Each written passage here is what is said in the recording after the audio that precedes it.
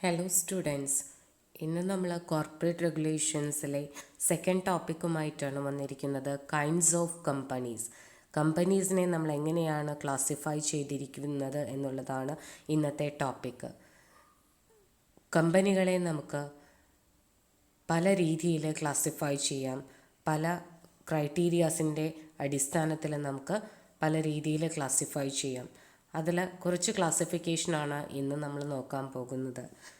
കമ്പനീസിനെ നമുക്ക് അതിൻ്റെ ഇൻകോർപ്പറേഷൻ അല്ലെങ്കിൽ ഫോർമേഷൻ്റെ അടിസ്ഥാനത്തിൽ ക്ലാസിഫൈ ചെയ്യാം. ലയബിലിറ്റി അല്ലെങ്കിൽ അതിൻ്റെ ബാധ്യതയുടെ അടിസ്ഥാനത്തിൽ ക്ലാസിഫൈ ചെയ്യാം. നമ്പർ ഓഫ് മെമ്പേഴ്സിൻ്റെ അടിസ്ഥാനത്തിൽ നമുക്ക് കമ്പനികളെ ക്ലാസിഫൈ ചെയ്യാം. ഉടമസ്ഥാവകാശം അല്ലെങ്കിൽ ഓണർഷിപ്പിൻ്റെ അടിസ്ഥാനത്തിൽ നമുക്ക് കമ്പനികളെ ക്ലാസിഫൈ ചെയ്യാം. കൺട്രോൾ അല്ലെങ്കിൽ നിയന്ത്രണത്തിൻ്റെ അടിസ്ഥാനത്തിൽ നമുക്ക് കമ്പനികളെ ക്ലാസിഫൈ ചെയ്യാം. നാഷണാലിറ്റി, ഏത് രാജ്യത്താണ് കമ്പനി സ്ഥിതി ചെയ്യുന്നത് എന്നുള്ളതിൻ്റെ അടിസ്ഥാനത്തിൽ നമുക്ക് കമ്പനികളെ ക്ലാസിഫൈ ചെയ്യാം.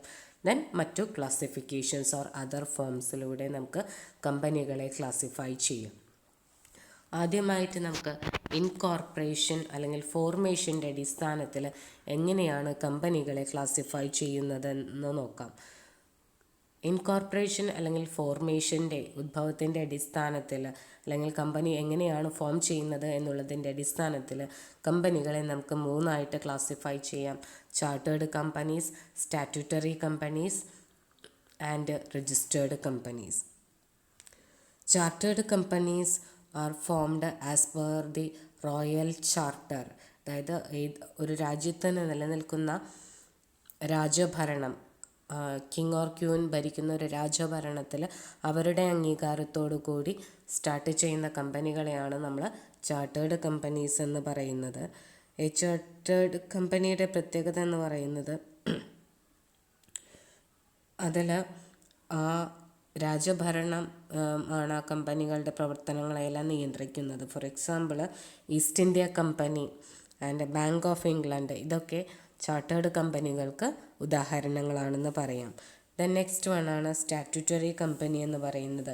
Company formed under a special statute or act passed by the parliament or state legislature is known as a statutory company. പാർലമെൻറ്റിൽ ബില്ല് പാസ്സാക്കിയിട്ട് നമ്മൾ ഫോം ചെയ്യുന്നതായിട്ടുള്ള കമ്പനികളെയാണ് സ്റ്റാറ്റ്യൂട്ടറി കമ്പനീസ് എന്ന് പറയുന്നത്.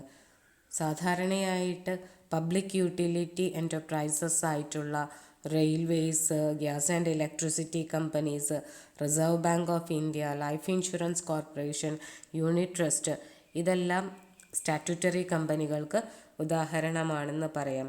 പബ്ലിക് യൂട്ടിലിറ്റി എൻ്റർപ്രൈസസ് ആണ് സാധാരണ രീതിയിൽ പാർലമെൻറ്റുകളിൽ ബില്ല് പാസ്സാക്കിയിട്ട് നമ്മൾ ഫോം ചെയ്യാറുള്ളത്. അങ്ങനെയുള്ള കമ്പനികളെ പറയുന്ന പേരാണ് സ്റ്റാറ്റ്യൂട്ടറി കമ്പനീസ് എന്ന്. ദെൻ തേർഡ് ക്ലാസിഫിക്കേഷനാണ് രജിസ്റ്റേർഡ് കമ്പനീസ് എന്ന് പറയുന്നത്. These are the companies formed under the companies act 2013 or some earlier companies act. ഇപ്പോൾ ഇന്ത്യയിൽ നിലനിൽക്കുന്ന 2013 കമ്പനീസ് ആക്ട് ഇയറിലോ അല്ലെങ്കിൽ അതിനു മുമ്പ് നിലനിന്നിരുന്ന ഏതെങ്കിലും കമ്പനീസ് ആക്ടിൻ്റെ ഇയറുകളിലോ രജിസ്റ്റർ ചെയ്ത് ഫോം ചെയ്തിട്ടുള്ള കമ്പനികളെയാണ് നമ്മൾ രജിസ്റ്റേർഡ് കമ്പനീസ് എന്ന് പറയുന്നത്. Hope you are clear. And the second classification is based on the basis of liability. Companies are classified on the basis of liability. ബാധ്യതയുടെ അടിസ്ഥാനത്തിൽ നമ്മൾ കമ്പനികളെ എങ്ങനെയാണ് ക്ലാസിഫൈ ചെയ്തിട്ടുള്ളത് എന്നുള്ളതാണ്. മൂന്നായിട്ട് ക്ലാസിഫൈ ചെയ്തിരിക്കുന്നു. Companies limited by shares, companies limited by guarantee and unlimited companies. Companies limited by shares means a company having the liability of its members limited by the memorandum to the amount, if any, unpaid on the shares respectively held by them. ഒരു കമ്പനിയുടെ share holder അയാൾ വാങ്ങിയിട്ടുള്ള share എമൗണ്ടിൽ എത്രയാണോ unpaid ആയിട്ടുള്ള, ഇനി അടയ്ക്കാനുള്ളത്, ബാക്കി അടയ്ക്കാനുള്ള തുക, ആ എമൗണ്ടിന് മാത്രമായിരിക്കും കമ്പനീസ് ലിമിറ്റഡ് ബൈ ഷെയർസ് എന്ന് പറയുന്ന കാറ്റഗറിയിലുള്ള കമ്പനികളുടെ ബാധ്യത എന്ന് പറയുന്നത്. That is if a share holder has already paid the total amount of his share, he shall have no further liability at all. അതായത് ലിമിറ്റഡ് ബൈ ഷെയർസ് രീതിയിലുള്ള കമ്പനികളിൽ ഒരു share holder full amount pay ചെയ്തിട്ടാണ് അയാളുടെ share holding വാങ്ങിയിട്ടുള്ളതെങ്കിൽ അയാൾക്ക് further ബാധ്യതകളൊന്നുമില്ല company wind up ചെയ്യുന്ന ടൈമിൽ. ഇനി മുഴുവൻ തുകയും അടച്ചിട്ടില്ലെങ്കിൽ ബാക്കി എത്ര എമൗണ്ട് ആണോ അയാൾ അടയ്ക്കാനുള്ളത് ആ ഒരു തുകയ്ക്ക് മാത്രം ബാധ്യത ഷെയർ ഹോൾഡറിനുണ്ടായിരിക്കും. അങ്ങനെയുള്ള കമ്പനികളെയാണ് നമ്മൾ കമ്പനീസ് ലിമിറ്റഡ് ബൈ ഷെയർസ് എന്ന് പറയുന്നത്. സെക്കൻഡ് ക്ലാസിഫിക്കേഷനാണ് കമ്പനീസ് ലിമിറ്റഡ് ബൈ ഗ്യാരണ്ടി എന്ന് പറയുന്നത്. A company having the liability of its members limited by the memorandum to such amount as the member may respectively undertake by the memorandum to contribute the asset of the company in the event of its being wound up.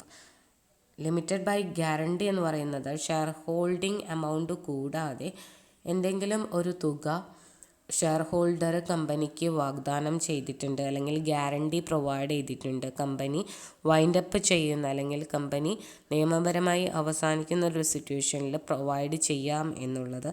അങ്ങനെയുള്ള കമ്പനികളെ, അങ്ങനെയുള്ള share holders ഉള്ള കമ്പനികളെ പറയുന്ന പേരാണ് companies limited by guarantee എന്ന് പറയുന്നത്. Then third ക്ലാസിഫിക്കേഷനാണ് unlimited companies എന്ന് പറയുന്നത്.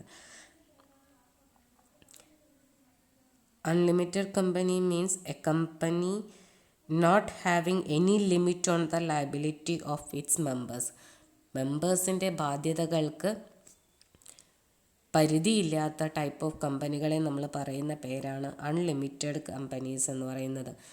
കമ്പനി വൈൻഡപ്പ് ചെയ്യുന്നൊരു സാഹചര്യം വന്നിട്ടുണ്ടെങ്കിൽ അൺലിമിറ്റഡ് ലയബിലിറ്റി കമ്പനീസ് ആണെങ്കിൽ അവിടുത്തെ ഷെയർ ഹോൾഡേഴ്സിൻ്റെ പേഴ്സണൽ പ്രോപ്പർട്ടീസ് അടക്കം കമ്പനിയുടെ ബാധ്യത തീർക്കുന്നതിന് വേണ്ടി നമ്മൾ ഉപയോഗിക്കേണ്ടതായിട്ട് വരും.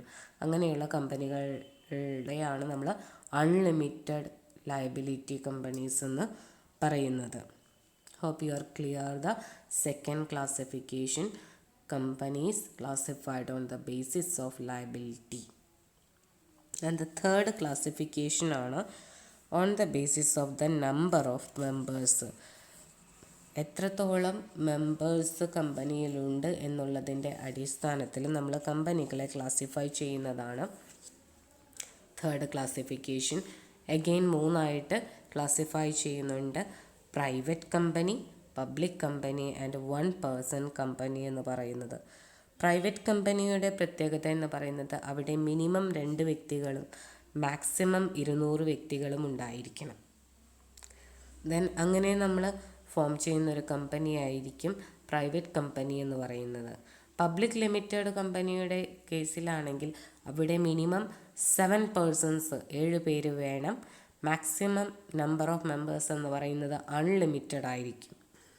വൺ പേഴ്സൺ കമ്പനിയുടെ പ്രത്യേകത എന്ന് പറയുന്നത് ഒരൊറ്റ സിംഗിൾ ഇൻഡിവിജ്വൽ മെമ്പറുള്ള കമ്പനികളെയാണ് നമ്മൾ വൺ പേഴ്സൺ കമ്പനി എന്ന് പറയുന്നത്. 2013 ഒരു ക്ലാസിഫിക്കേഷനാണ് വൺ പേഴ്സൺ കമ്പനി എന്ന് പറയുന്നത്. പ്രൈവറ്റ് കമ്പനിയും പബ്ലിക് കമ്പനിയുമായിട്ടുള്ള മേജർ ഡിഫറൻസ് നമുക്ക് ഡീറ്റെയിൽഡ് ആയിട്ട് നെക്സ്റ്റ് വീഡിയോയിൽ നോക്കാം. ദെൻ ഫോർത്ത് ക്ലാസിഫിക്കേഷനാണ് on the basis of ownership എന്ന് പറയുന്നത്. ഓണർഷിപ്പിൻ്റെ അല്ലെങ്കിൽ ഉടമസ്ഥാവകാശത്തിൻ്റെ അടിസ്ഥാനത്തിൽ നമ്മൾ കമ്പനികളെ എങ്ങനെയാണ് ക്ലാസിഫൈ ചെയ്യുന്നത്? ഗവൺമെൻറ് കമ്പനീസ് എന്നും നോൺ ഗവൺമെൻറ് കമ്പനീസ് എന്നും 2 ക്ലാസിഫൈ ചെയ്തിരിക്കുന്നു. ഒരു ഗവൺമെൻറ് കമ്പനി എന്താണെന്ന് നോക്കാം. The company is owned and managed by the central or state government is known as the government company. ഒരു കമ്പനിയുടെ പൂർണ്ണമായിട്ടുള്ള ഉടമസ്ഥാവകാശം സംസ്ഥാന ഗവൺമെൻറ്റിലോ കേന്ദ്ര ഗവൺമെൻറ്റിലോ വന്നിട്ടുണ്ടെങ്കിൽ അങ്ങനെയുള്ള കമ്പനികളെ നമ്മൾ പറയുന്ന പേരാണ് ഗവൺമെൻറ് കമ്പനീസ് എന്ന് പറയുന്നത്. നോൺ ഗവൺമെൻറ് കമ്പനീസ് എന്ന് പറയുന്നത് the companies which are registered under the Companies Act but not a government company is known as non-government company. Companies ആക്ടിൻ്റെ അണ്ടറിൽ രജിസ്റ്റർ ചെയ്തിട്ടുള്ള കമ്പനികളാണ് നോൺ ഗവൺമെൻറ് കമ്പനീസ് എന്ന് പറയുന്നത്. അതിൻ്റെ യാതൊരു വിധത്തിലുള്ള ഉടമസ്ഥാവകാശവും സെൻട്രൽ ഗവൺമെൻറ്റിനോ സ്റ്റേറ്റ് ഗവൺമെൻറ്റിനോ ഉണ്ടായിരിക്കുകയില്ല. ദെൻ നെക്സ്റ്റ് വണ്ണാണ് on the basis of the control. കമ്പനീനെ കൺട്രോളിങ്ങിൻ്റെ അടിസ്ഥാനത്തിൽ നമ്മൾ രണ്ടായിട്ട് ക്ലാസിഫൈ ചെയ്യുന്നു. ഹോൾഡിംഗ് കമ്പനി എന്നും സബ്സിഡറി കമ്പനി എന്നും പറയുന്നു. എന്താണ് ഹോൾഡിംഗ് കമ്പനി എന്ന് നോക്കാം. A company is known as a holding company of another company if it has a control over the other company. ഒരു കമ്പനിയുടെ നിയന്ത്രണം മറ്റൊരു കമ്പനിയുടെ കയ്യിലാണെങ്കിൽ ആ നിയന്ത്രണമുള്ള കമ്പനീനെ നമ്മൾ പറയുന്ന പേരാണ് ഹോൾഡിംഗ് കമ്പനി എന്ന് പറയുന്നത്. നോർമലി ഫിനാൻഷ്യലി ആൻഡ് മാനേജറിയലി വളരെ എഫിഷ്യൻ്റ് ആയിട്ടുള്ളൊരു കമ്പനി ആയിരിക്കും ഹോൾഡിംഗ് കമ്പനി എന്ന് പറയുന്നത്. സബ്സിഡറി കമ്പനി എന്ന് പറയുന്നത് in relation to any other subsidiary മറ്റൊരു കമ്പനിയുടെ നിയന്ത്രണത്തിലുള്ള കമ്പനീനെ നമ്മൾ പറയുന്ന പേരാണ് holding company. It has a control over the other company.